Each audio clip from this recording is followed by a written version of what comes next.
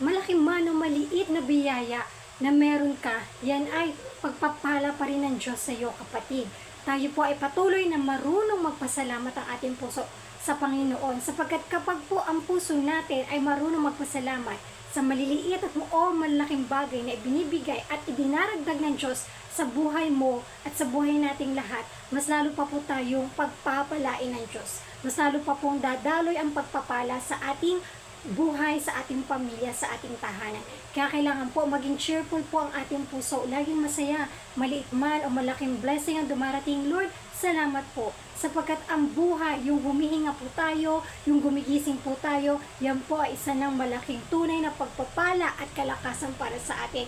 Yun lamang po na meron tayong maayos at magandang kalusugan, napakalaking biyaya at pagpapala na po yan sa ating buhay. Kaya tayo po ay patuloy na magpasalamat sa Panginoon dahil mabuti ang Diyos sa buhay mo at sa buhay ko. Amen po ba? Sige po, tayo po ay manalangin. Sabi po sa Panaghoy 3, sabi po doon, ay hindi po nalilingig kay Yahweh kung naghihirap ang ating kalooban. Kaya alam po ng Diyos sa oras ito kung may mga pangailangan ka.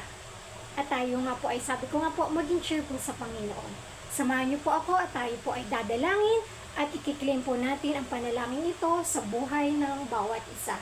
Amen po ba? Sige po, tayo po ay mag-pray. Lord, maraming salamat po sa araw na ito, O Diyos, sa iyong biyaya, O God, na ibinibigay sa bawat viewers, O God. Yes, in Jesus' mighty name. And Father God, we thank you so much na ang bawat puso ay maging teachable, Panginoon, na maging thankful po kami, Panginoon. Lalo na po sa buhay, makita namin na yung buhay, O God, ay malaki ng pagpapala sa amin. Yung kalusugan na ibinibigay mo sa amin, malaki ng pagpapala ito, O God.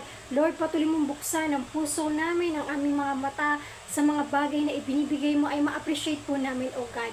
And Lord, the more na na-appreciate po namin ang kabutihan mo, the more po na pagpapalain mo ang bawat viewers, the more po na pagpapalain mo ang bawat ka-Faithful Fellowship, ang bawat ka-Facebook, ang bawat ka-YouTube, Panginoon, ang bawat isa, Panginoon, hallelujah.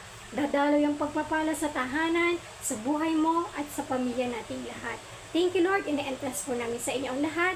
Salamat, Lord, sa darating pambiyaya para sa iyo, para sa ating lahat. Kaya purihin po natin ang Diyos sa lahat ng oras at pagkakataon. At kung di ka pa nakafollow sa aking channel, huwag mo pong kalimutan na i-click ito at ako ay follow at i-share. Kaya, glory to God sa buhay mo. God bless everyone!